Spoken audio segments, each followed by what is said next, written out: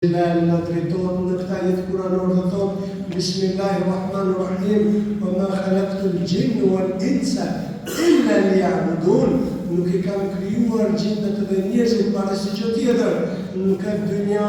vetëm që ta adhurojnë Allahun subhanahu wa taala. Wallahi billahi, thumma tallahi, pasha Zotin e Madhëshëm, ma uqimat as-samawati wal ard illa li tahqiq ubudiyyati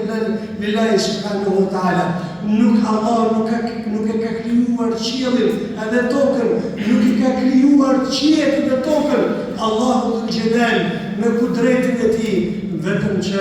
të realizohet ky qëllim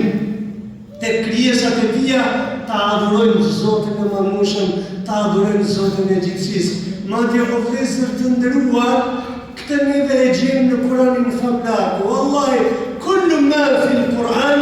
tauhidul aqide. Çdo gjë që është në Kur'an është tauhid, është aqide. Wa kullu ma fil Kur'an, dhe çdo gjë që është në Kur'an është në surën Fatiha. Wa kullu ma fi Fatihatul Kitab, dhe çdo gjë që është në surën Fatiha është tek ajeti kuranor Iyyake na'budu wa iyyake nasta'in, vetëm ty të adhurojmë dhe vetëm prej teje ndihmë kërkojmë. Dhe o vëllezër të nderuar, o xhamat të nderuar, vërteton kjo ajet kuranor, kjo dua madhështore e pejgamberit Allah subhanahu wa taala, të cilën neve na e ka mësuar në këtë ajet kuranor, që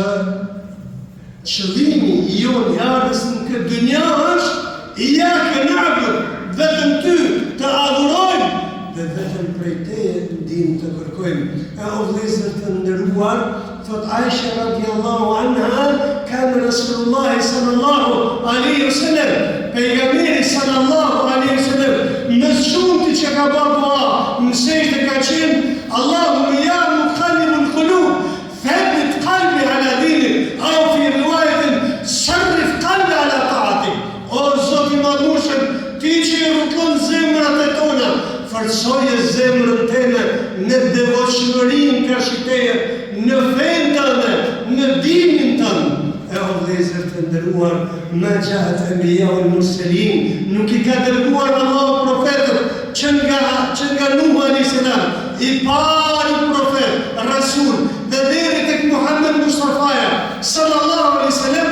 vetëm se yu'allimu an-nas, që t'ja mësojnë njerëzve akiden e pastër, tauhidin e pastër, që neve adhurimet e tona, lutet e tona dhe duat e tona,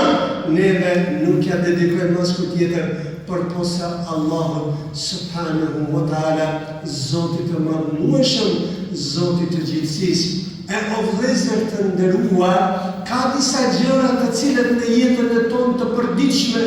neve I nënlecojmë, I nënshkalojmë, I neglizhojmë, për ama këto gjëra mundet që ta godasim drejt për drejt tauhidin akiden dhe Zoti na ruaj. Ka për atyre gjërave të cilat neve na çojnë edhe në kufër. Për shembull, pejgamberi sallallahu alaihi wasallam thot men ata kahina wa lam yusaddiq, ai cili vjen tek një magjistar, edhe nëse nuk I beson atij, thot hajde shkoj ta shoh se çfarë më thot filani. Unë hoqë, nuk I besoj, besoj, po vetëm qëko fjeshe, thot ne nuk mërë salatu, arba'ine jonën, nuk I pranohet namazi 4 ditë, ose dikush ka I këshi, a ka mlajë dikë, një fallxori cili qëtë filxanë, edhe I thot,